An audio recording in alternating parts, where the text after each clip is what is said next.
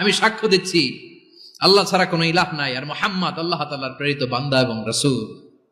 প্রিয় ভাইয়েরা, ইহসান দিয়ে যা জয় করা যায়, কঠোরতা দিয়ে সেটা কঠিনকালেও জয় করা যায় না। আওয়াজ করে বলেন ঠিক কি না?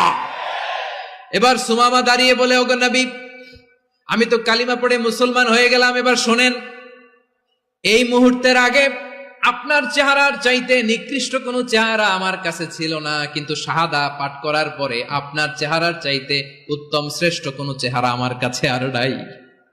ও নবী, আজকের দিনের আগে ইসলাম ধর্মের চেয়ে নিকৃষ্ট অপছন্দনীয় কোনো ধর্ম আমার কাছে ছিল না, কিন্তু এই মুহূর্ত থেকে ইসলামের চেয়ে সেরা শ্রেষ্ঠ পছন্দনীয় কোনো ধর্ম আমার কাছে নাই। নবী গো, আজকের দিনের আগে মদিনার চাইতে অপছন্দনীয় নিকৃষ্ট কোনো শহর আমার কাছে ছিল না, কিন্তু এই মুহূর্তের পর থেকে মদিনার চাইতে কোনো শ্রেষ্ঠ শহর আমার জানা নাই।